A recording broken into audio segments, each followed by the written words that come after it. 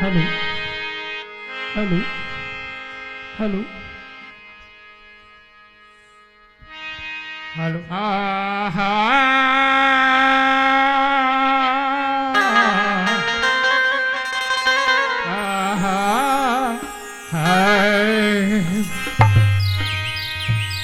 हाथ जोड़ विनती करूं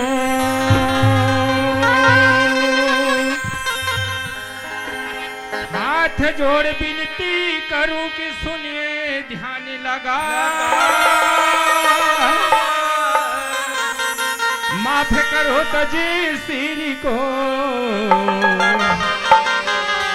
कहता हूँ सिर झुका तो हाथी मुड़ी के गजानंद ला सुमरो तो हाथी मुड़ी के गजानंद ला सुमरो की बेदरा मुड़ी के हनुमान शेर मुड़ी के नरसिंह ला सुमरो चौथे में संत समान ए महेश वाह करम फूट के दादा कोई जहां जहां घर ले निकले भैया महू जहू के कितना रट लगा लेते और नहीं आवे तो जिहा पाना तिहा जाके वंघाना ये अच्छा बात है चार समाज के बीच में ए महेश का हो गए अरे चुकता था बिगाड़ दे कहा बिगड़ गए बिगाड़ दे तो अरे आज माँ कहाँ गए रहे हो जान था मैं का जान हूँ अरे हमारे प्रदेश के मुख्यमंत्री अच्छा विष्णुदेव साय मोला बुलाए रही थी अच्छा काबर हाँ आबे बाबू तो छत्तीसगढ़ में महतारी वंदना पाए नहीं मिला थी मरना है तो आबे तो मैं तो फार्म भरू हाँ अब ठौका जाए बार जहाज के सीढ़िया में चढ़े और फटला मार ते कहाँ गए रहे कहाँ गए रहे मैं तो सपना में जाते हैं है मरो जो हाथ है और सपना में नींद का ये ढाया क्या बात है भैया कहीं बात ना सुने हस कहीं बात ले जाना था अरे मैं ये धमदागर में यार कुछ बात ला नहीं कुछ बात ला नहीं जाने जी करा था का मतलब आज से एक गांव को मन का कहीं बात ला नहीं सुने मोर भाई ये महेश हाँ ये दाई मन हाँ ये हमारे बड़े बड़े गुरुजी मन हाँ ये गुरुजी मन ये माई खाबरेटर भैया हाँ ये मन सब मोला कहा थे महेश भैया प्रकाश हाँ आज मोर रहत ले तोला की हाँ अरे मोर रहत ले तोला कहने वाला हो कैसे तब मोर रहत ले तोला कही कहीं बात ना सुनबे था आधा सुना था सही घोल कुड़ हो था कहा बात भैया ये मन सब मोला की ही नगा ऐसे भैया प्रकाश हाँ तोर से जैसे बनी दू शब्द गोठिया डरे संग में छोटे भाई महेश ला लाए हस वहु ला गोठिया के मौका दे कहा थे मैया महेश ये दीदी मनसन ये भैया मनसन ये गुरुजी मनसन सुंदर हास ले गोठिया ले आनंद ले लेगा ऐसे कहा थे मोर भाई महेश तो ठीक है भाई कैसे वो मौसी हो अच्छा तुम्हारा ध्यान हो डान है अब मैं हाथ हम लगा के मन बला है ऐसा कह के मोर ध्यान बड़े दायित्व में तो कैसे तुम्हार घर का साग रांधे हो आलू का करबे बड़े दाई मैं है तुअर घर के बहू लगे हूँ आलू खात तुम ठारी मार गए तब बने साग रांधे कह रहे हो का साग रांधे रही बताओ कसरा मैं तोला ये धमधी टोला माँ के काकरो घर के साग भाजी पूछल के हैं हो भैया प्रकाश हाँ मैं धमधी घर में आते पहले मुलाकात मोर बड़े दाई सी हो इस मोर भाई ये महेश अब आजकल माई लोगन मुलाकात होती तो सबसे पहली वो साग के भात साग भात के बारे में नहीं कहा का बात है भैया ये दे सुंदर आज मौका मिले है कोई राम चर्चा के बाद कोई ज्ञान के बाद कोई सत्संग के बाद ला गोठिया के मौका दे मिले महेश। माने रामायण के बाद तो ले सुन मोर भाई सुना दे भैया।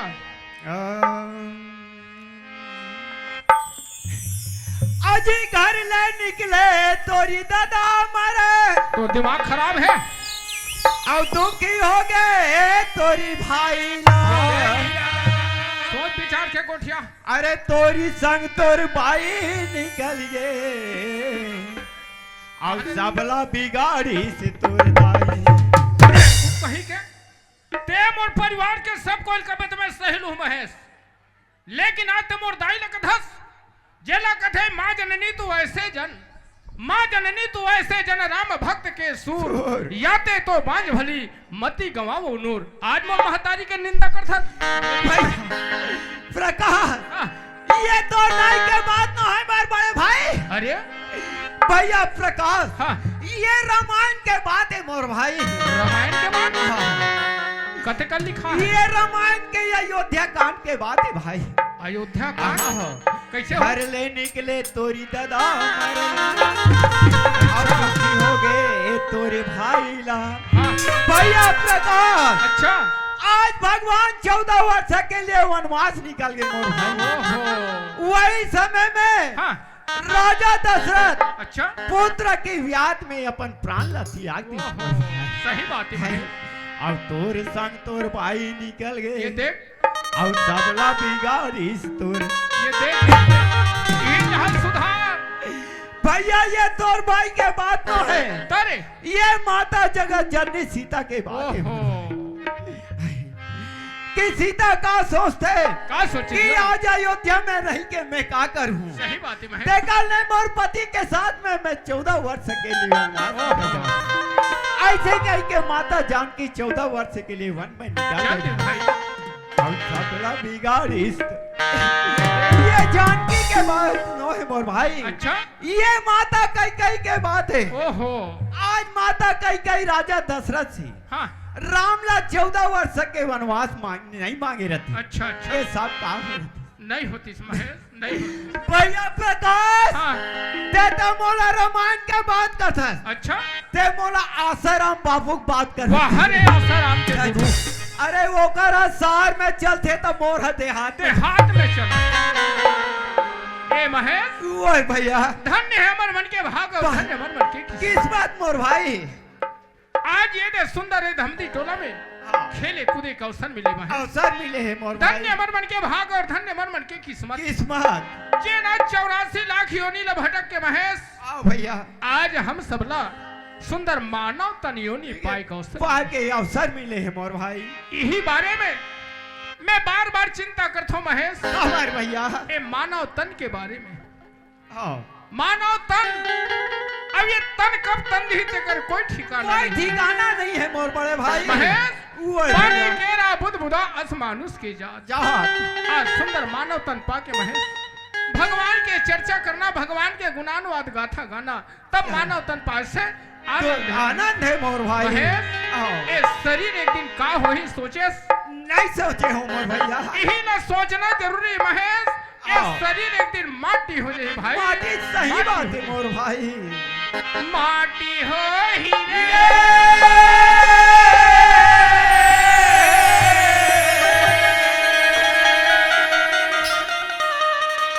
माटी हो ही ना,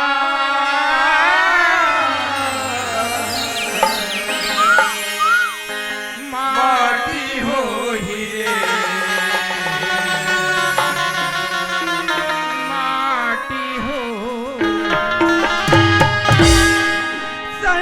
मोर बड़े भाई। ए महेश, ओए भैया, शरीर माटी एक दिन माटी हो जाए मोर भाई। और विशेष शरीर के बारे में हाँ। संत शिरोमणि गोस्वामी तुलसीदास महाराज कितना जोरदार रचना करे मोर भाई। का कहे पटेल मोर भैया। हेलो हेलो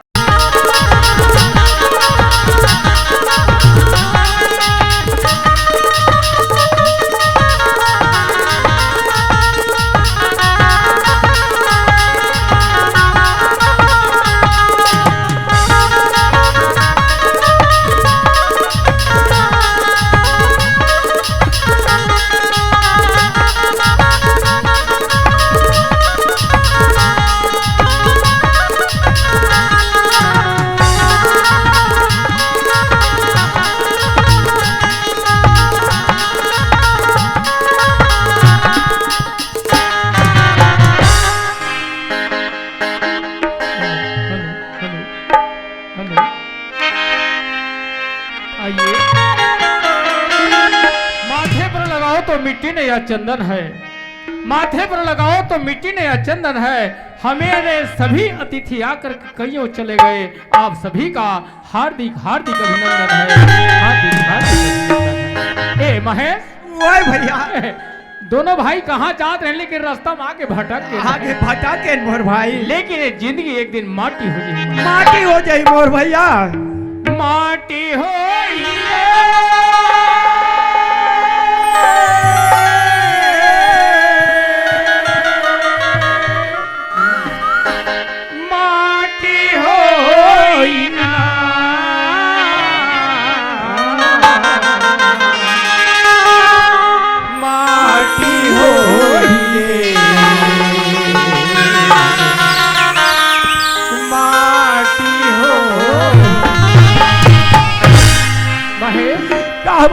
विशेष शरीर संत श्रोमणी गोस्वामी तुलसीदास जी महाराज कत्तिक सुंदर रचना रचे है मोर भाई। ए लकई थे काया, ए लकई थे काया, जूठा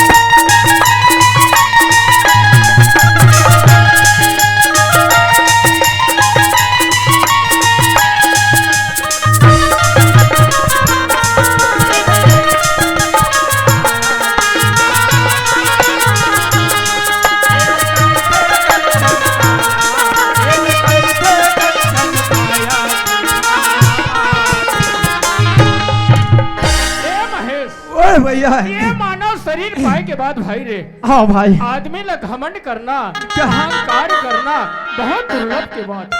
हाँ भाई, हम तो ये साधारण से मनुष्य है, मानव मोर भाई। रावण कहे मोर से ये नाता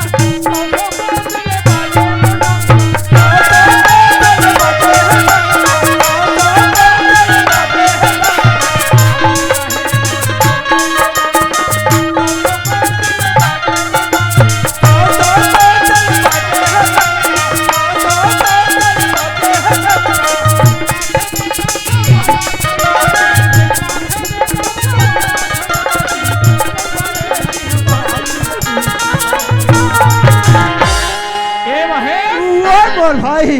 लंका के राजा रावण, हाँ, जेकर 1 लाख बेटा, 1.25 लाख नाती, मात्र अहंकार करीस, घमंड करीस, तेकर घर सोकर आज दिया के भरैया नहीं बाचिस मोर भाई। हम तो छोटे से तुच्छ लेकर घमंड करे से कोई मतलब नहीं है मोर भाई। महेश, ए लकई थे कंचन काया,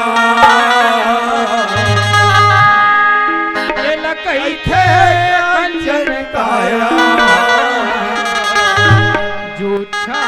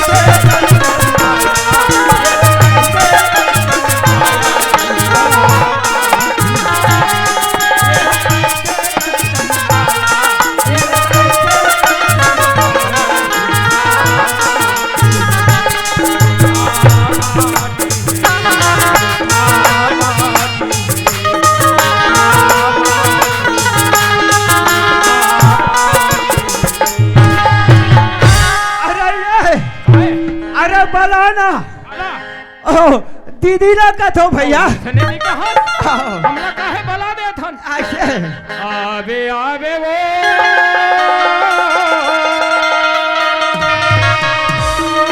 आवे आवे ना आवे वो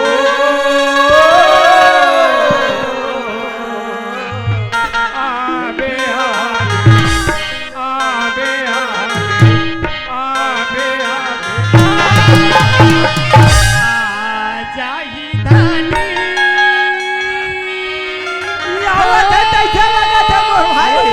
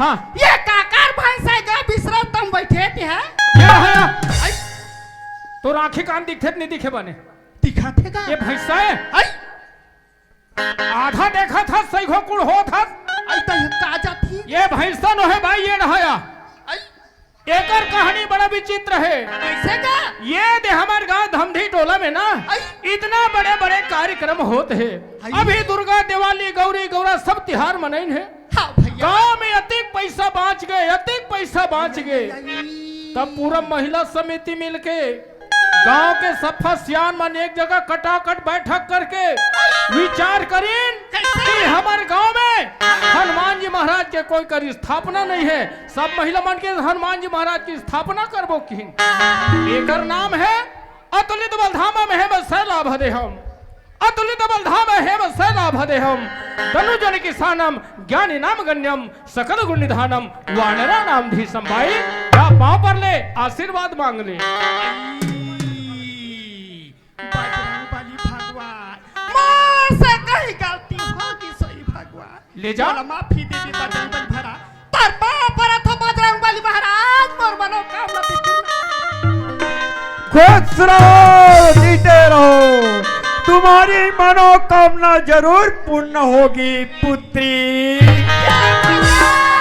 फिर का हो गए मार घूम घूम के देखियोगा हाँ हाथ हाथ मन खींच के मैं खींचे होगा हाँ हाथ है गोड़ है नाक है कान है भैया सब चीज है भाई औका पुसीगा ते पूछिल खलो देख डरे वो हाँ भैया ये पारा ए पूछी बात ला का के बे भाई इतना कटाकट प्रतिबंध इस गांव में अभी देखो पीना खाना सब बंद है कहीं पर भी से का करबे कई जन मन हमन के मन ह नहीं मारिस नहीं मारेगा पी खा के याद रहिस चखना दुकान बंद हो गए आई नवे कर पूछिल जमात रही और पूछी जमाती खबर ये कोकड़ी मोको ठन अंडा नहीं मिली तो मोरे पूछी जमा दिए ये हाँ जैसने कहा थे तैसने ते हम बतिया था तू नहीं चिन्हस वो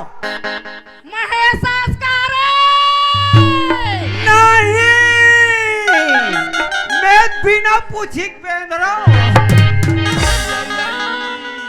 महेश काका ये करते कैसे बैठे हैं बोला क्या है वो हाँ भैया मैं ते एकरा बहिर बैठे हूँ बिगाड़ पानी करे नहीं दीदी हलोटम पानी धर के आते कहीं के बैठे ले देखे जैसने बात है तैसने गोठिया थे तेरा थे आओ दीदी ते का कह रहे भैया ये सो के तीजा पोराबा में नहीं आ मोर भाई नहीं तो ये धमधी टोला में विश्वा मुंडा जयंती मनावो ते दिन हूँ कह रहे ना तो हम तू ना भाई ये बीच रास्ता में बैठ के तो रास्ता ला जोहा था दीदी ये संघार की हवन का संघार का तो पापा लगी करे नहीं जाने रे ये देखे अरे दुनिया में बड़े पावला छोटे ह पर थे तो मैं तोले बड़े हो तो ते मोर पानी उच्चाई भला बड़े हंस का लेकिन उम्र से तिसरते हो हंस महे आलते पर बेगा सही बात है कहो ले टांग ना हो अरे मोला टांगे नहीं कहो ए लुगल टांग का ये ते गोड़ा तो पागे रीति पापरा थो दीदी पापरा थो भाटो पागल कहीं के कहते दीदी है कहते भाटा सफल सब में टच होता था अब मैं तेरा भाटा छोई कहा सत्य काकर दीदी किन में होते हैं बोला इसने कहीं कहीं के ए धोखा हो गए धोखा करा था ए दीदी के कहा जात ये देवी सामुंडा मना थन गामी का तार भाटो कहते मैं रायपुर शहर कमाल जात हूं हां ऐसे कहते हैं ना देवारी वैसे दस रहा अपनी इसका अरे सब दुनिया को आगे प्रकार तोर भाटो आज लेनी आती ऐसे कह के वहीला सुरता करत भाटी मां सुलझा ओ बात के चिंता मत कर दीदी आज तीनों भाई बहनी एक जगह सखर के हक कत्ती काना नाथ है आना नाथ है मोर भाई चल संग में हमो मन चल देबो मोर भाई ने आ जाई मोरे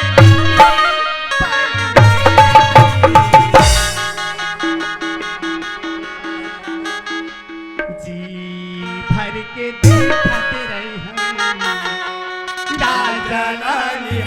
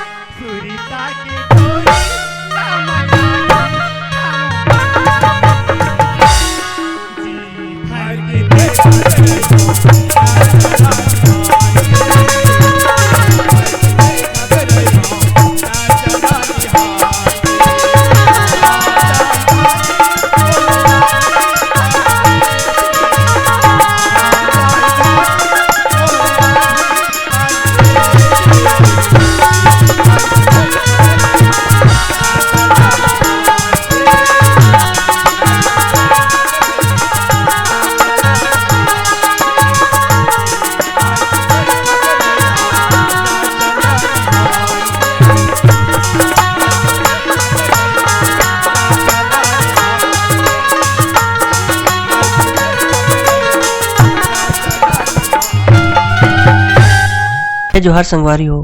अगर आप मन ला हमार वीडियो पसंद इस होही तो वीडियो ला लाइक करो और चैनल ला सब्सक्राइब जरूर करो।